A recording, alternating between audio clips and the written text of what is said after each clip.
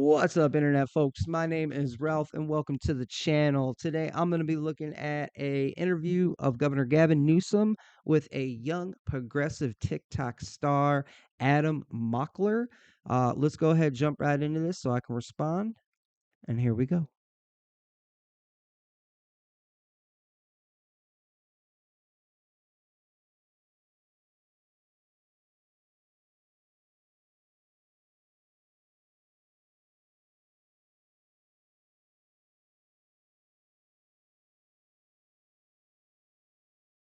Governor Gavin Newsom of California, who has been leading the fight to redistrict the state of California directly proportional to what Texas Republicans are doing, trying to rig the midterms in Republicans' favor.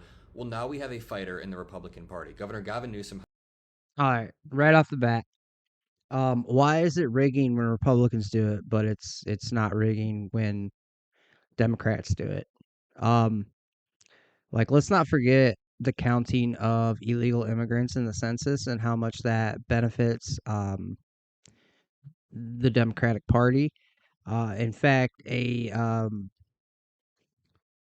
Democratic politician from California, I can't remember his name, just came out today saying that if they take those illegal immigrants in California off the rolls, oh, shit.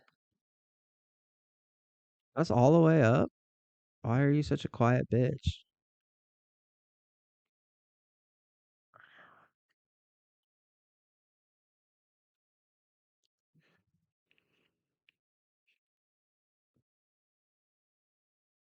I am honored to welcome to the show Governor Gavin Newsom of California, who has been leading the fight to redistrict the state of California directly proportional to what Texas Republicans are doing, trying to rig the midterms in Republicans' favor.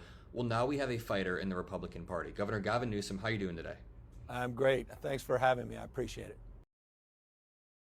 All right, so right off the bat, yeah, why is it okay when they talk about election rigging, but when the other side talks about it, it's conspiratorial, a threat to democracy, every other negative connotation you could possibly give it, you know? It's just more examples of democratic hypocrisy. It's it's cool when they do it, it's a problem when I do it type shit. That's their whole energy. Beyond that, the whole I'm glad that we have a fighter thing is a crazy statement considering they burned down like entire city blocks just a few years ago, towards the end of Trump's first term.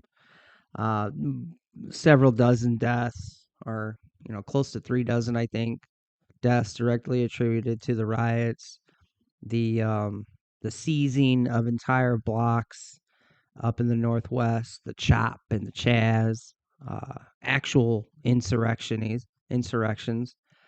Um, that's just crazy, you know. You consider there were 2 assassination attempts on Trump during the campaign, and this young man over here talking about we finally have a fighter. Like if that's not fighting, then what is, The weaponization of the Justice Department, weaponization of social media, weaponization of financial institutions. They silenced conservative voices. They froze conservative bank accounts. They told us we had to stay locked away in our homes and couldn't see our loved ones when they died or the birth of our children. They tried to force a vaccine into us uh, at the upon the threat of not being able to work or function in society.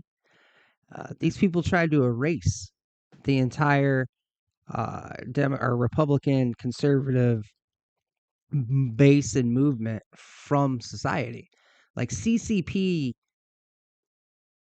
type tactics. Um, and then they have the nerve to sit here and talk about, cheating and fairness and democracy. They usurped democracy in their own primary election process and still have the gall to preach to us about any of this. And it's wild. I don't understand how anyone can look at what they've done just in the last 6-ish years or 10 and still listen to this with any sort of faith or belief in it. It's mind-boggling to me. It truly is. I just want to start with this framing. So, I've been doing a lot of debates about this redistricting, and it often gets caught up in this tit for tat which party redistricts more. That misses the point. Can you lay out the stakes of what's unique about this? What's unique about a mid cycle redistricting? History be damned. All right. So I haven't watched any of this cat's debates concerning the gerrymandering or redistricting process. My guess is, though, that he is saying history be damned because he's probably had the history of gerrymandering laid out in front of him in these debates and realizes that when that is presented, it takes most of, if not all of, the wind out of his sails. Because when you start looking at the history of gerrymandering, you realize that it was the Democrats that were racially gerrymandering the South in order to silence black voices post Civil War era. Um, and also, then you look at looking deeper into the history, you see that the vast majority of blacks were actually Republican voters.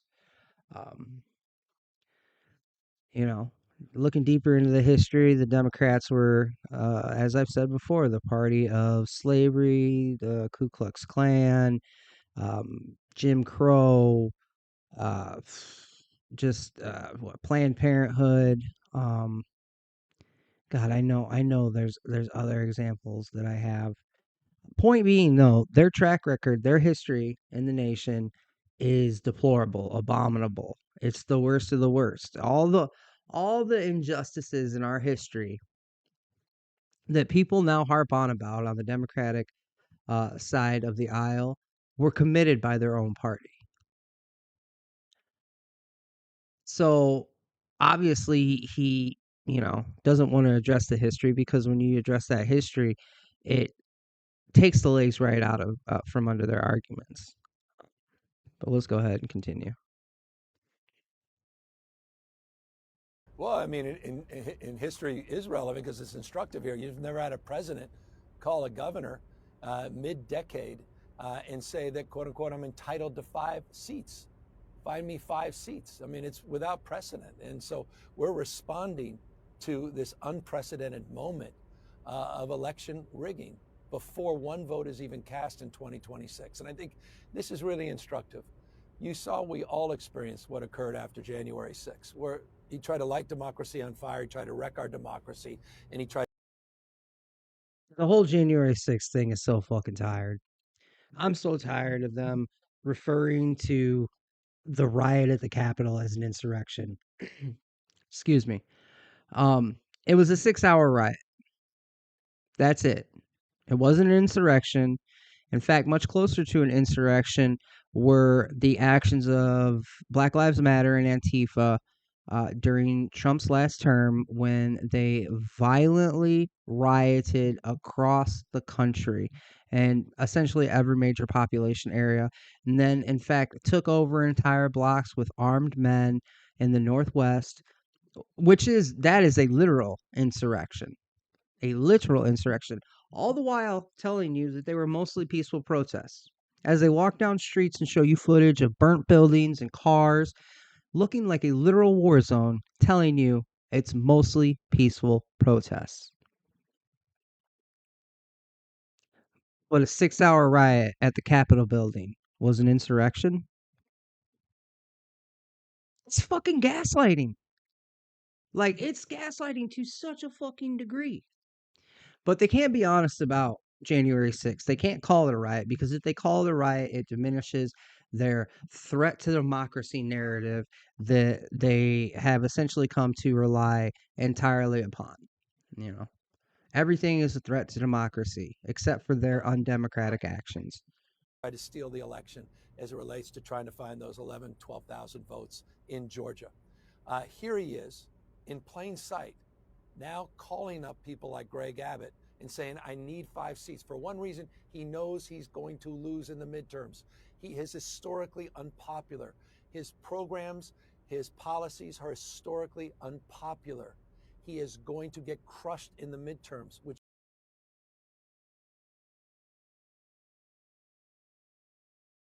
So I don't know what this guy's talking about getting crushed in the midterms, especially talking about he's going to get crushed in the midterms, of course, referencing Trump. Trump's not running in 2026. It's a midterm election. It's you're running against a dude that isn't in the fucking race. Um, so they're gonna have to come up with something a little bit better than that, I think, to to retake the House and the Senate the way that they're talking they're going to, especially when you consider um, the situation that's going on with voter registration right now. Uh, this right here from the New York Times: the Democratic Party faces a voter registration crisis. The Democratic Party is hemorrhaging voters long before they even go to the polls. Of the 30 states that track voter registration by political party, Democrats lost ground to Republicans in every single one between the 2020 and 2024 elections, and often by a lot. The 4 year swing toward the Republicans adds up to 4.5 million voters, a deep political hole that could take years for Democrats to climb out from. And you see right here, every single state that allows people to register by party is going down in blue and up in red. And you can only assume that it's probably a very similar scenario in the states that do not allow people to register by party. There's no way for us to know, but it would seem odd that every single state that does is losing in Democratic voter registration and gaining in Republican registration. It seems odd that that trend would not hold for the other states. Um, the other part of this article I just wanted to point out right here, all told, Democrats lost about 2.1 million registered voters between the 2020 and 2024 elections in the 30 states, along with Washington, D.C., that allows people to register with a political party. In the remaining 20 states, voters do not register with a political party. Republicans gained 2.4 million. So they've they've gained 300,000 more than the Democrats lost in this most recent 4 year time span. And that, if you ask me, looks like trouble. Now, there's no telling what they may, in fact, try and do to circumvent this fact, though it seems pretty insurmountable at this point. Not even the illegal immigrants being counted on the censuses is going to allow them to regain control of the House and Senate, or at least I wouldn't think so, especially if this trend continues for the next year and a half. People are tired of the gaslighting, the hypocrisy, the lies from the Democratic Party. They're tired of watching Democrats do things that they admonish others for. No one likes a hypocrite. And now, thanks to the democratization of information on the internet, people are able to take a real hard, close look at things instead of just the servile little tidbits that you get, in a 5 minute news segment. Um, so, yeah, I don't. This guy can go ahead and he can go ahead and talk all he wants about how bad things are for Trump. The fact of the matter is, things are far worse for the Democratic Party as a whole. So if they want to harp on a single man, so be it. Their entire party is being criticized and falling apart right now. branch of government back, as opposed to the complicity of Speaker Johnson and the lack of engagement, even existence almost, of the lapdogs in Congress today in the House of Representatives with the majority of Republicans. And so that's what he did. And we now are responding to that. He took the first shot, he swung the first punch, And the difference is he expected us to roll over. Democrats talking about how the world. This man is insane, and yet the gaslighting just continues. To sit here and say that Trump or Republicans took the first shot, threw the first punch is absolutely ridiculous.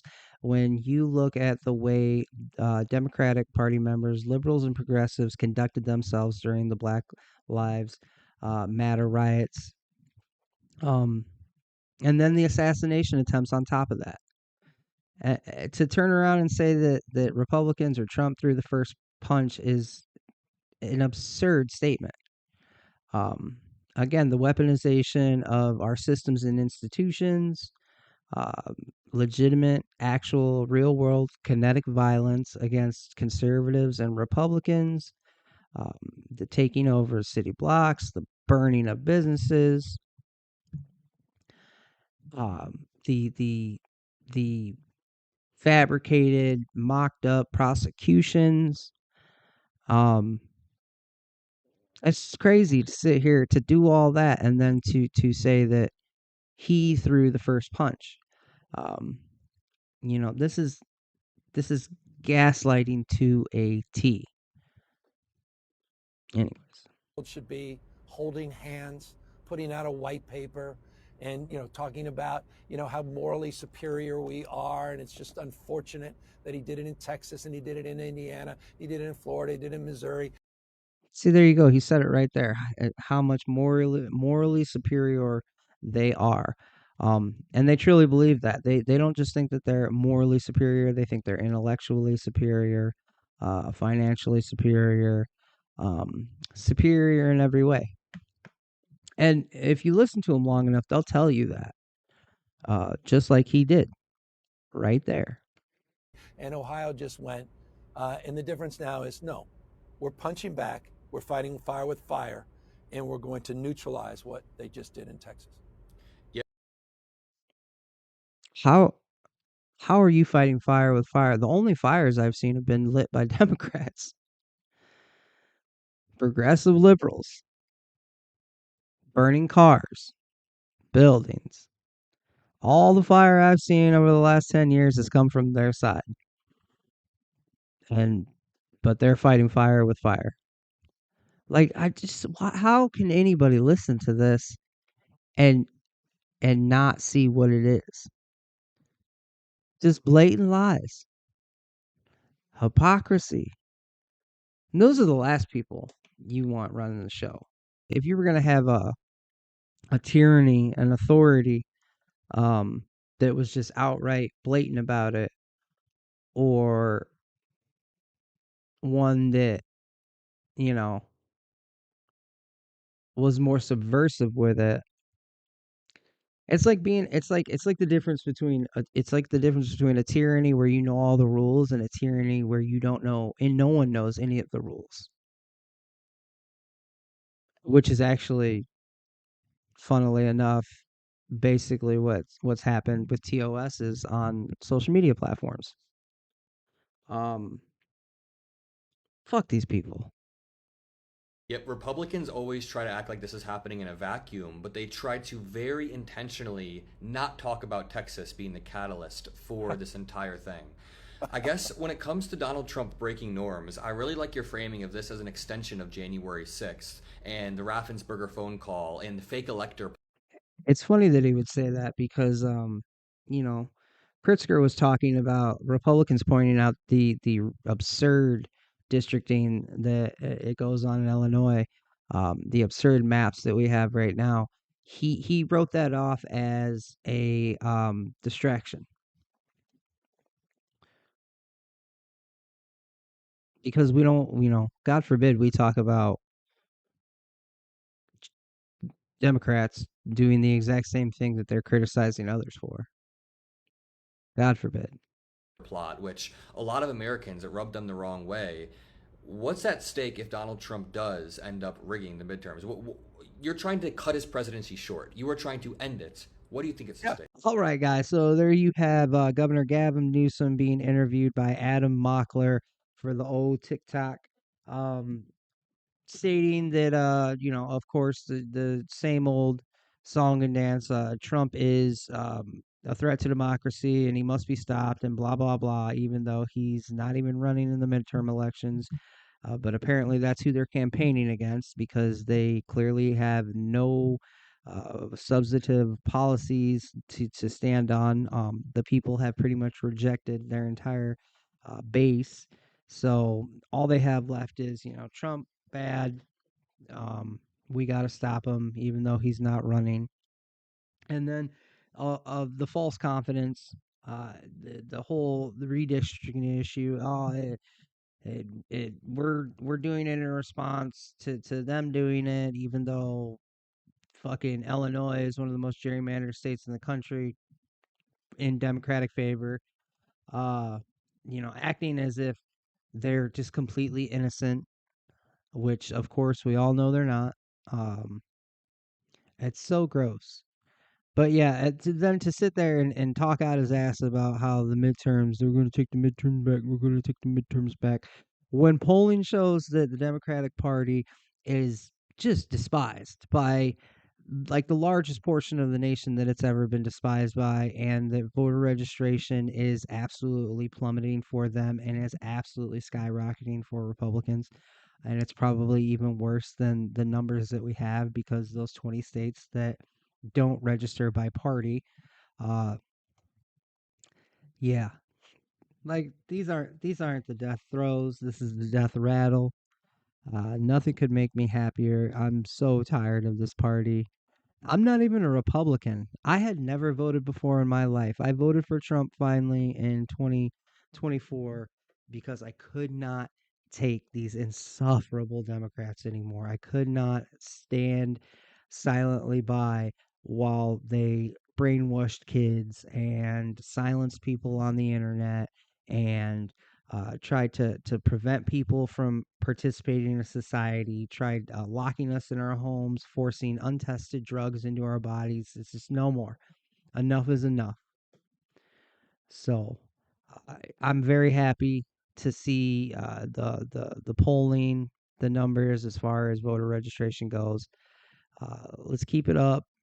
Um, if you're out there and you're hoping to stop the Democrats, just remain reasonable. Don't, engage in the violent behaviors that they've engaged in over the last 10 years. And I think we're going to be okay. I think that we can actually operate like adults um, that will take accountability for themselves instead of, trying to diffuse responsibility amongst groups and things like that. Yeah, all good signs as far as I'm concerned. I'm not too particularly worried about Trump's approval rating. Like I said, I voted for him to stop uh, Democratic insanity, not necessarily because I love Trump. He's funny, don't get me wrong. I don't hate the guy, and he's doing a lot of things that make a lot of sense to me. Um, but again, I didn't necessarily vote for him because I loved him. I voted for him because Democrats seem to be a threat to uh, liberty, freedom, our way of life, um, maybe even our nation as a whole. So yeah, again, I'm ecstatic to see the fall of the Democratic Party. I hope that it continues. That's gonna be it for today. Like, comment, share, subscribe, all that good shit. Thank you very much if you made it to the end. I appreciate that. I hope you're having a great day. We'll see you soon. Later, Gators.